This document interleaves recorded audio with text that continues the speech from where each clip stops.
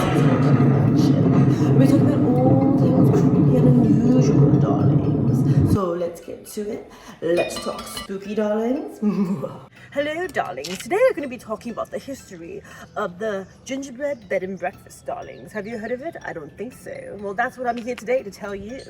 Over here, darlings, this house right here, this pink little Victorian house, was built in 1868, darlings. And it was a hospital back in the day, until this hospital was changed into a normal home, until it became the hospital over here. And this right here, darlings, is the gingerbread bed and breakfast. This right here is the garden, darling. This garden is very, very haunted, and I'll tell you a little bit about that later, darlings. And this is the gingerbread bed and breakfast. This is where I'm staying today and for the rest of the week. And darlings, this is going to be my haunted mansion. Anyway, darlings, let's get to it. This house was a Victorian home, and it belonged to Dr. Ring.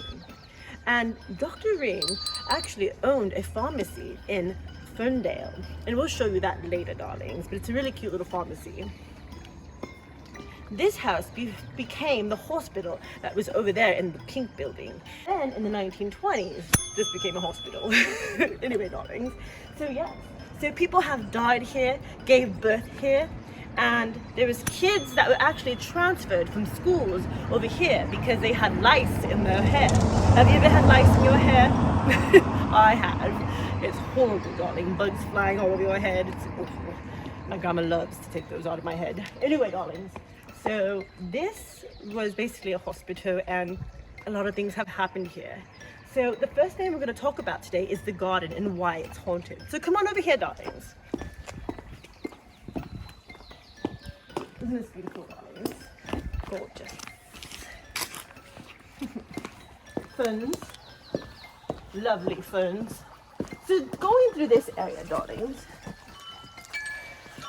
is the garden, darlings. And it's quite haunted. So come on over. Let's give you a little tour around the haunted garden before we talk about the ghosts that roam around here at night or during the day.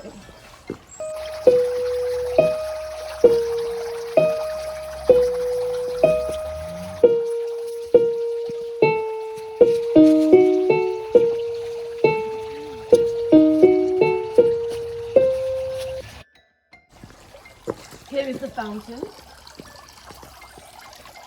Lovely fountain. Maybe make a wish.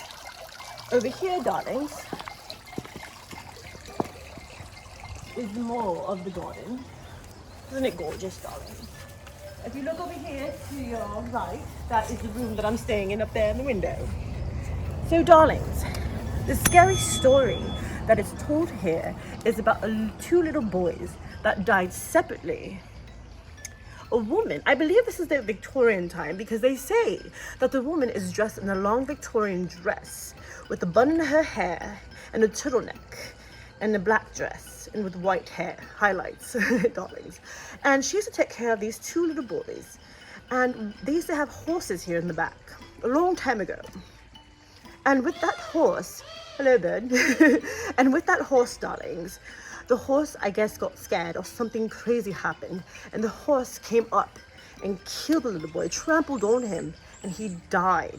Unfortunately, we don't know how the other one died, but they died separately. So they say that they see little boys running around here in the garden in the daylight and nighttime.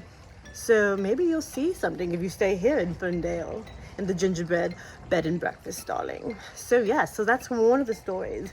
And they also say that the little boys are very, very mischievous. They say that they'll put something somewhere and the next day they'll find it in a different place, or they'll find random things somewhere, like anything. So it's just strange to me. So they're considered mischievous. So if you're here and you find your purse somewhere and then you find it and you see it somewhere else, then you know those little boys probably took it. Maybe looking for some candy or something.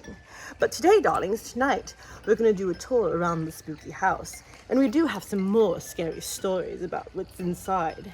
So, see you tonight, darlings. Hi, darlings. Ah!